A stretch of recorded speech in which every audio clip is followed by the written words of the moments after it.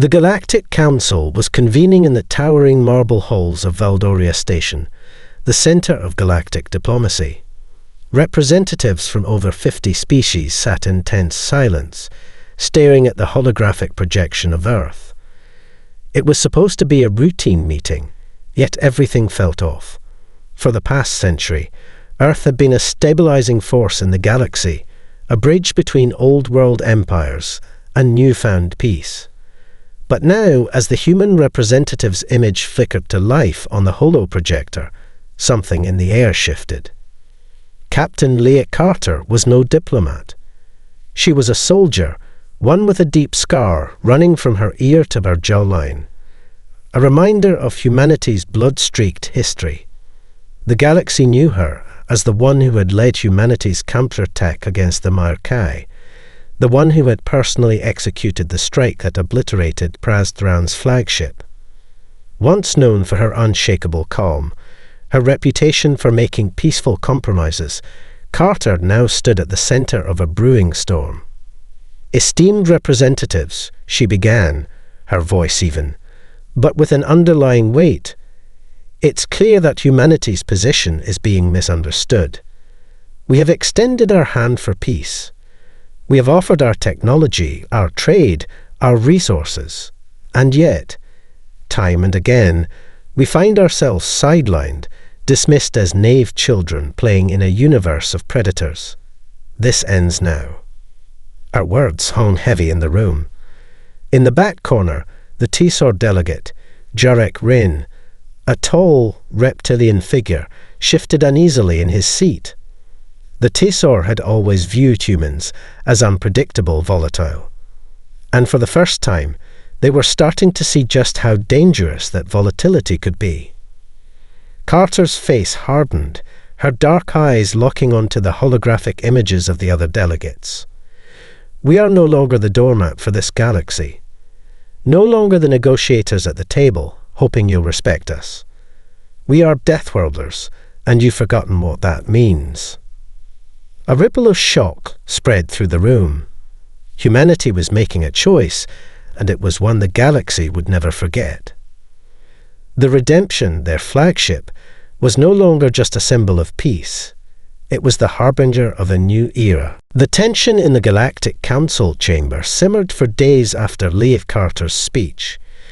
The usual flow of diplomatic messages and polite demands fell into an uneasy silence. But in the quieter corners of the galaxy, a fire was starting to catch. The Maerkai, an ambitious species from the fringes of the galaxy, had always seen humanity as weak, their unity forged not through strength, but through negotiation and compromise. And for a time that had worked. But after Earth's deadly response to the Maerkai diplomat, they were no longer certain.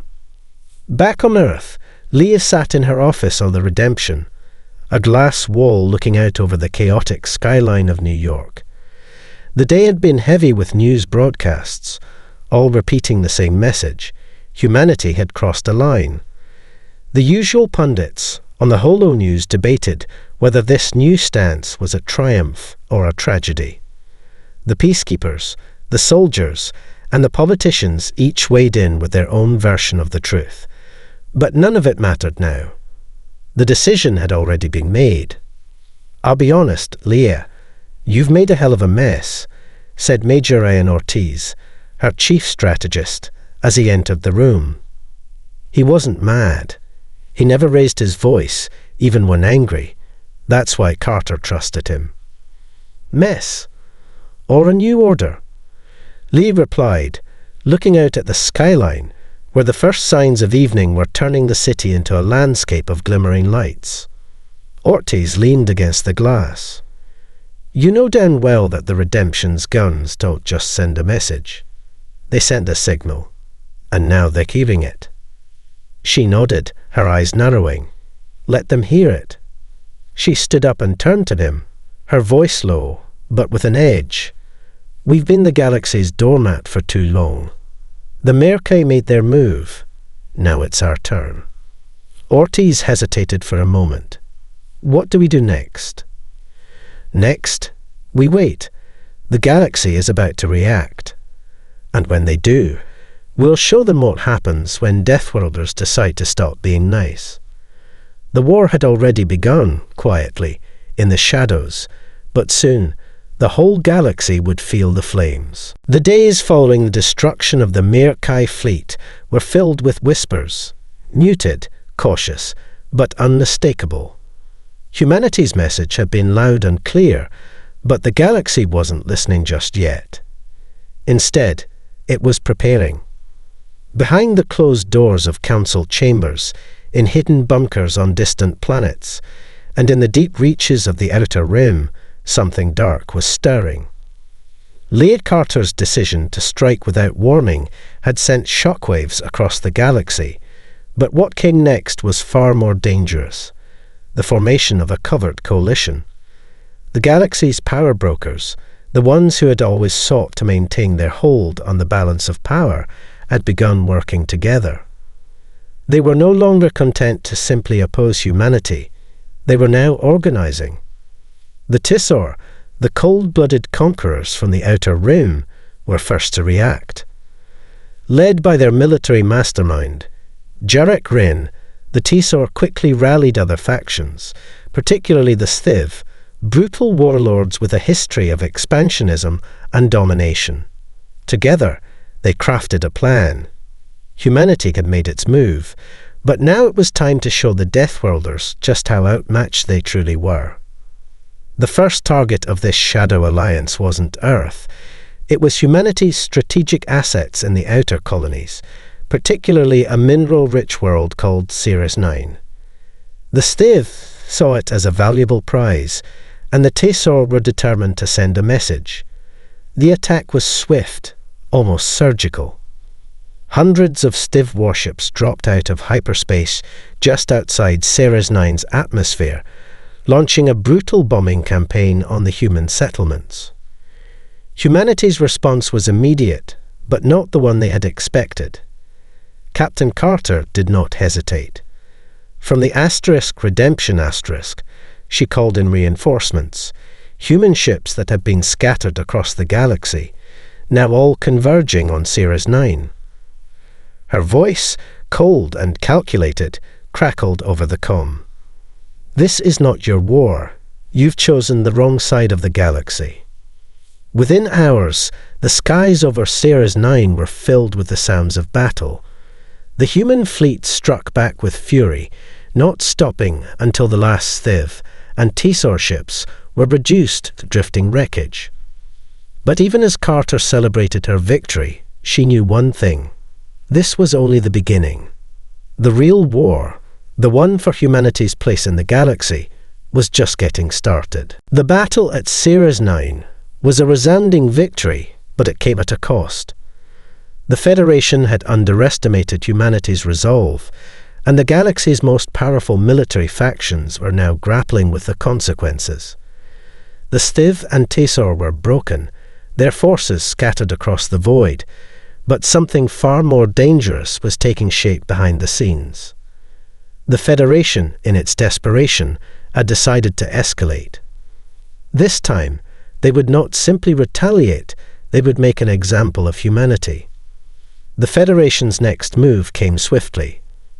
A full-scale assault on Altera 7, one of humanity's most valuable colonies on the Outer Rim.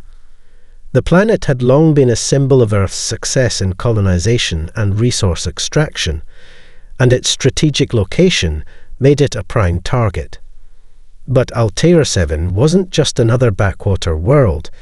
It was home to the Third Fleet, under the command of Captain Leah Carter's longtime ally, Admiral Jonah Hayes. The attack was a coordinated blitz, launched by a joint fleet of Amari peacekeepers and Mirkai remnants who had been emboldened by humanity's previous military actions. The Federation intended to wipe Altera 7 off the map as a show of strength. They aimed to send a message. No one could challenge their authority and survive. But they didn't account for one thing: humanity would not back down.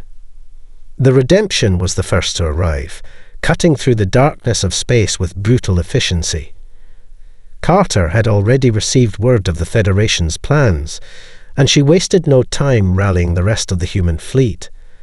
As the first wave of enemy ships descended toward Altera 7's atmosphere, the human fleet struck. The battle was ferocious. Laser blasts and plasma missiles lighting up the night sky over Altera 7 like an unholy storm. Carter's orders were simple: destroy everything. Leave no survivors. The Federation fleet was caught off guard by the sheer ferocity of the human response. Every ship in the human fleet, from the smallest corvette to the colossal Redemption, tore through the attackers like a storm. In just 3 days, the Federation's assault collapsed. Altera 7 was saved, but humanity had sent a message. If the galaxy wanted war, it would get it, and it would regret underestimating the Deathworlders. Carter stood on the bridge, her hands steady on the command chair as she watched the final enemy ship retreat into the blackness of space. She didn't celebrate the victory. She knew this was only the beginning of a much larger war. And this time, humanity was no longer fighting for survival. This time, they were fighting to win. The war had escalated far beyond anyone's expectations. The battle for Altera 7 had ended in a decisive victory for humanity, but the Federation's response was swift and unforgiving. The galaxy was no longer divided between peacekeepers and aggressors. It was split between those who feared humanity's rise and those who saw an opportunity to take advantage of the chaos. And behind closed doors, the galaxy's most influential factions had already begun to act. The War Council was a shadowy collective of the most powerful species in the galaxy, factions that controlled trade, military might, and covert operations. The Amari, with their peacekeeping facade, were now at the center of the council, alongside the Stiv, who were more than willing to let their warlord heritage dictate their response. The Tesor had regrouped, and though their forces were scattered, they still commanded an impressive fleet. Together, they began to plan humanity's downfall. The Redemption was too dangerous. Captain Carter was too dangerous. To the Council, humanity had become an unpredictable and unstable force. They had challenged the natural order of the galaxy, an order where the strong survived and the weak were kept in check. But now they were facing something new, a species that had stopped trying to fit into that system. The War Council's betrayal was already in motion. With covert alliances being forged, funds were funneled into building a coalition fleet with one purpose: to eliminate humanity before it could become too powerful. Do you think they're afraid? Jarek Rin, the Tesor general, asked as he met with the leaders of the council. His reptilian eyes glinted with anticipation. The humans, do they fear death? They will, soon enough, replied Captain Erixia of the Amari, her voice cold. But we must strike before they do. They won't bend, and that's why they must be crushed. The war was now no longer about victory or defeat. It was about survival. Leah Carter's victory at Altera 7 had proven that humanity would not back down, no matter the cost. But the Federation was readying its response, preparing for the final confrontation. The stakes were clear. The galaxy was about to learn that there were consequences to pushing the Deathworlders too far. And this time, humanity wasn't going to stop until the galaxy understood exactly what it meant to challenge them. The Federation's response was swift, brutal, and devastating. For the first time in centuries, the combined fleets of the galaxy's most powerful factions, Amari, Tesor, Stiv, and remnants of the Mire Kai, began assembling on the edge of human space. Earth, the birthplace of humanity, was their target. The Redemption, Earth's flagship, would be the first symbol to fall. The Federation believed that if they could cripple humanity's heart, they could end the conflict once and for all. They underestimated one thing: the sheer will of the human spirit. Captain Leah Carter and her forces had already prepared for this moment, knowing full well that Earth would be the final battleground. There would be no retreat, no negotiation. If the galaxy wanted a war, they would get a war, and humanity would show them just how far they were willing to go to protect their home.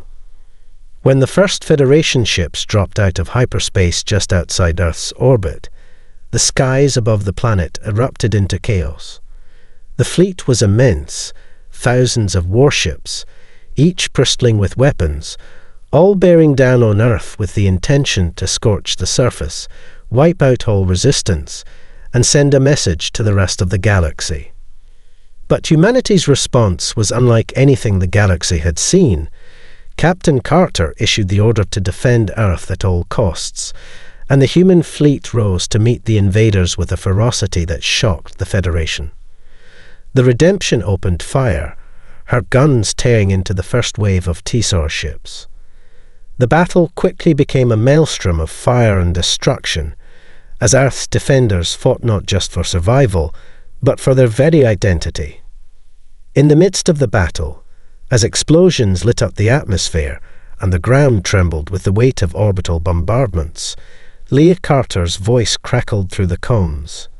"This is Earth. The Federation thought we'd fall. They thought we'd surrender. But we will never surrender. Not here. Not ever." By the end of the first day, the Federation's fleet had lost a third of its forces, retreating in disarray. But the damage was done. Earth had been attacked, and there was no going back. Leah stood on the bridge of the Redemption, watching the fleet scatter in retreat. The war was no longer a distant threat. It had come home. The battle for the soul of the galaxy had only just begun. The Federation's failed siege of Earth had sent shockwaves through the galaxy. Humanity had not only survived the onslaught, it had repelled it with a savagery that left entire fleets in ruins. But the victory had come at a cost. The galaxy that had once regarded Earth as a peaceful, somewhat naive member of the galactic community was now torn apart by the undeniable reality. Humanity was no longer a passive player. The Redemption's defense of Earth, the brutal counterattack, had shattered any illusion of peaceful coexistence. In the aftermath, the galaxy was divided. The Federation of Star Systems, once a symbol of unity, fractured, unable to reconcile with humanity's newfound aggression. The factions that had once aligned against the Deathworlders were now at odds, each trying to salvage what little they could from the ashes of the failed siege. The T-SOR, defeated but not broken, began fortifying their borders.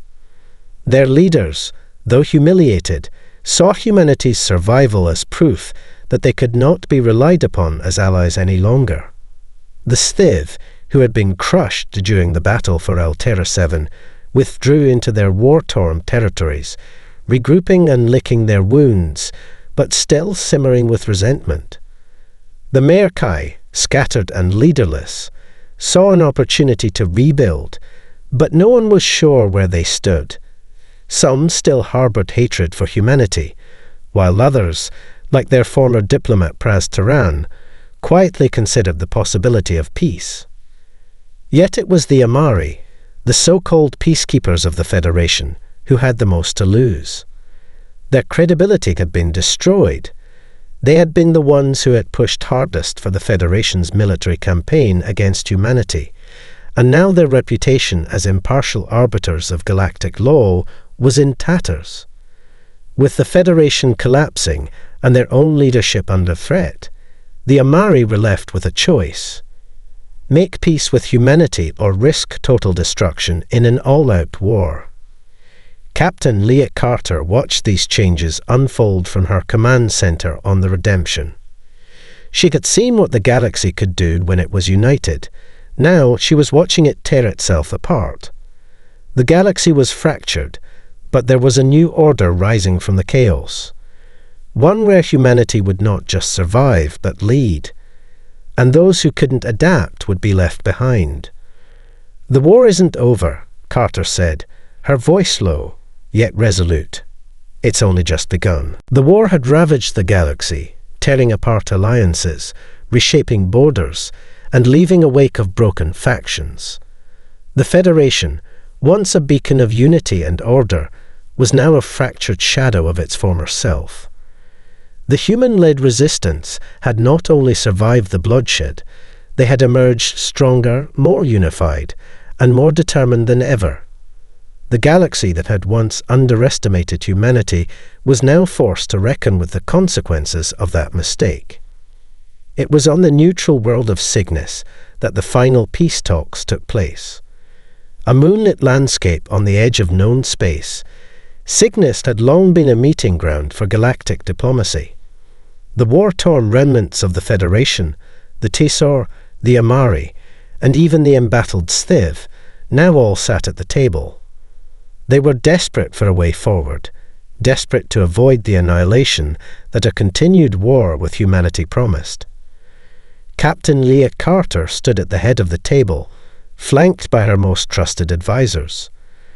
Her reputation had become a symbol of the new order, one where the old galactic powers no longer dictated terms.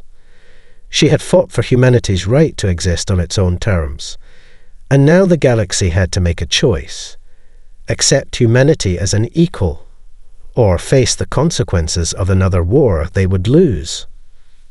Her voice was steady, unwavering as she addressed the gathered representatives. The Federation tried to crush us. The Tesor tried to bury us. The Amari tried to subjugate us. And yet, here we are, standing strong. The galaxy doesn't get to decide our fate anymore. We decide it. There was silence in the room. No one dared challenge her words. Carter had become more than just a leader. She had become a symbol of defiance, a symbol of humanity's unwillingness to bow to anyone, no matter their power or history. We don't seek domination, she continued, her eyes scanning the room. But if you choose to challenge us again, know this: you will lose. The days of being underestimated are over. From now on, you will either stand with us or against us. And those who stand against us will remember the day they chose the wrong side of history.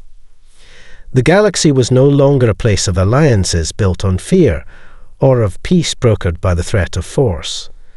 It was a place where humanity had carved its place, not as the meek children of the stars, but as Deathworlders, the species that had survived the worst of the galaxy and had come out the other side victorious. In that moment, it became clear: the galaxy would never be the same again. Humanity had taken its place at the table, and they would never again be the ones asked to leave.